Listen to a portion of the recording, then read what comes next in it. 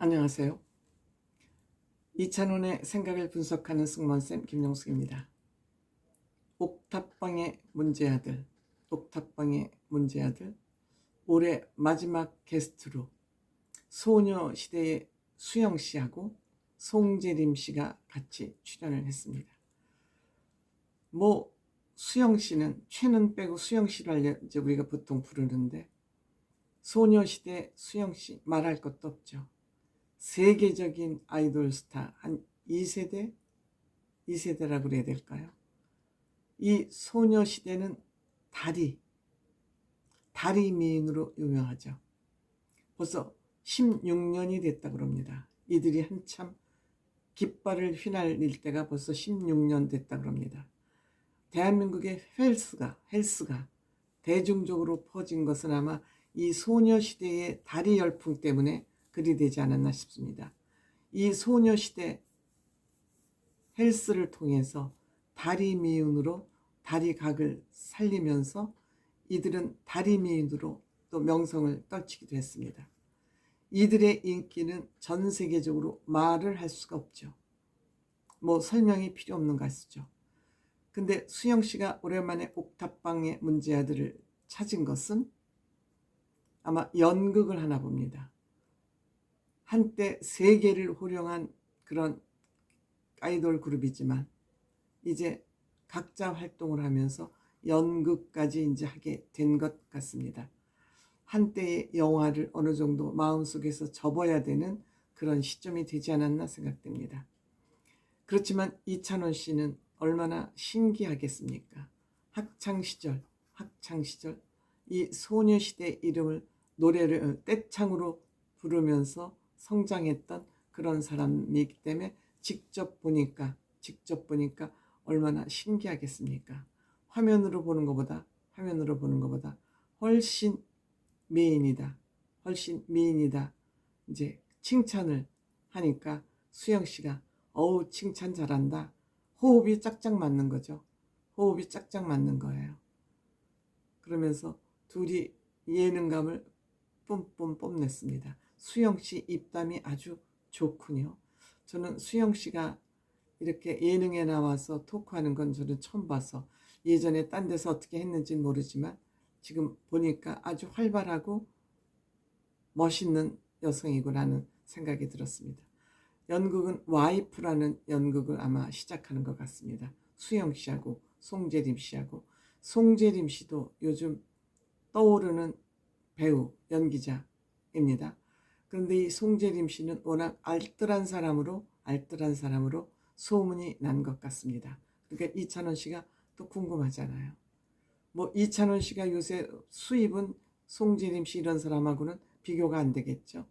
돈 관리는 어떻게 하냐고 이제 물어보니까 이 송재림 씨는 가계부를 쓴대잖아요. 남자가 한 톨도 낭비를 하지 않게 해서 가계부까지 쓰는데, 또 한편으로는 기적을 믿는다 그러면서 코인이나 이런 데는 또 투자를 하는 것 같아요. 좀 앞뒤가 안 맞기는 하지만 그러자 또 이찬원 씨가 또 물어요. 효자라고 들었다. 이찬원 씨 본인이 효자이기 때문에 또 효자 소리를 들으면 귀가 번쩍하겠죠. 그래서 여동생 결혼할 때 결혼 비용으로 4천만 원을 줬답니다. 오빠가 4천만 원 주는 거 쉽습니까?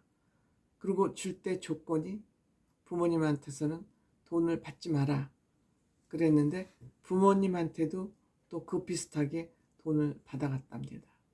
영리한 동생인 것 같습니다.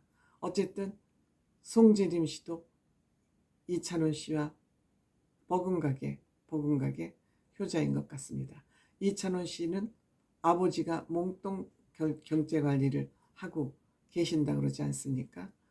어쨌든 이찬원 씨는 이렇게 젊은 사람이 나오거나 전문가가 나오면 궁금한 게 많은가 봐요. 주로 이찬원 씨가 질문을 주로 많이 합니다. 이찬원 씨 호기심이 많기 때문에 그만큼 호기심이 많으면 많을수록 질문을 하게 되고, 질문에 대한 답을 얻으면 그게 내 지식으로 쌓이게 되죠. 그것이 오늘날 이찬원 씨를 지식 부자로 만들지 않았나 이렇게 생각이 듭니다. 이번에는 문제를 4문제 정도 풀었습니다. 4문제 정도. 소녀시대가 일본에서 열풍을 불 때, 너무너무 인기가 많아서 인기를 주체할지 못할 때 오리콘 차트 1위까지 했다 그러지 않습니까? 이 소녀시대들의 안무, 화장법, 코디 이런 것이 이제 다 따라하기를 했는데, 심지어 이것까지 따라하기를 했다 그럽니다. 이것이 등장했다 그럽니다. 그 답은 바로 소녀시대 안무책이 일본에서 나왔다 그럽니다. 그 노래마다 안무를 어떻게 하는지, 안무를 그림으로 그려서 할 수 있는, 따라할 수 있는 안무책까지 나왔다 그럽니다. 대단하지 않습니까? 일본 사람들은 참 꼼꼼해요. 일본 사람들도 세계에서 카피 전문국으로 유명하죠. 물론 중국이 제1위국이긴 하지만 어쨌든 소녀시대 문제가 나왔는데 본인도 이 문제에 대해서 정답을 모르고 있군요. 모르고 있더라고요.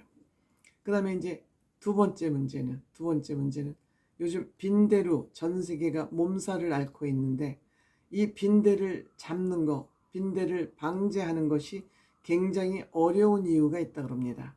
그것은 빈대의 습성 때문인데, 그 문제가 뭐냐 그러니까 빈대는 어두운 곳을 좋아하기 때문에 평소 그 틈새에 꼭꼭 박혀서 숨어 있기 때문에 낮에는 방제를 하기 힘들고 밤에 나와서 활동을 하는데, 불을 또 켜면은 얼른 또 숨어버리기 때문에 그래서 빈대를 방제하기가 힘들다 그럽니다.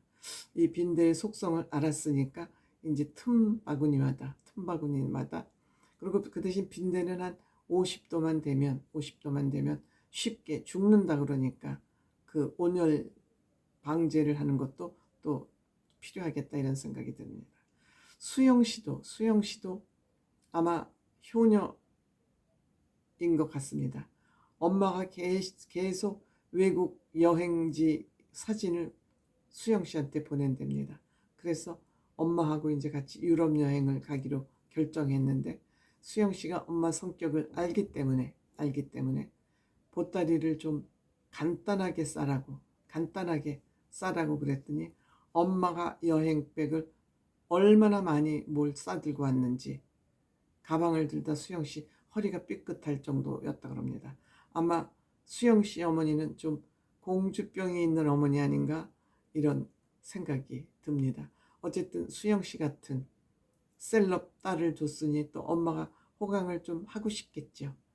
어쨌든 예쁜 수영씨가 또 나왔던 것 같습니다. 또 문제 3번, 햄버거를 먹는 게, 햄버거를 입을 쫙쫙 벌리면서 먹는 게 친하지 않은 사람이나 가족이 아니면 먹기가 곤란한 음식이죠. 그런데 그 햄버거가 포장지를 바꾸고 나서 매출이 2~3배 올랐다 그러는데, 그 햄버거 포장지에 예쁜 미소 얼굴을 인쇄를 한 후로 매출이 올랐다는 아이디어 상품이 아닌가 이렇게 생각이 듭니다. 어쨌든 이번 주 옥문화가 또 2024년 1월 종영이 된다 그러죠. 폐지가 된다 그러죠. 안타깝습니다. 안타까운데 이찬원 씨, 이 두 사람이 성공하기까지 많은 오디션을 봤다 그럽니다. 그런데 우리가 오디션 이들이 본 것을 알 수 없는 것은 떨어지고 또 떨어지니까 그들이 활동할 수 있는 작품을 보지 못했지만, 오디션에 합격해서 그 작품이 뜨면, 대박을 치면 우리가 그때서야 그들의 존재를 알게 되는 것이죠. 그러면서 참 연예인도 운인 것 같다. 사실 오디션을 할 때, 그 곡을 선택할 때 본인이 찐이야라는 그 노래를 선택할 수 있는 우선권을 갖고 있었다 그럽니다. 그런데 그 우선권을 놓쳤다 그럽니다. 그 찐이야를 영탁 씨가 먼저 본인이 우선권이 있었음에도 그것을 선택하지 않는 바람에 영탁 씨가 운 좋게 찐이야를 불러서 대박이 났지 않습니까? 이걸 보면서 이찬원 씨도 참 운이라는 게 있는 것 같습니다. 있지요. 운칠기삼이라고 그러잖아요.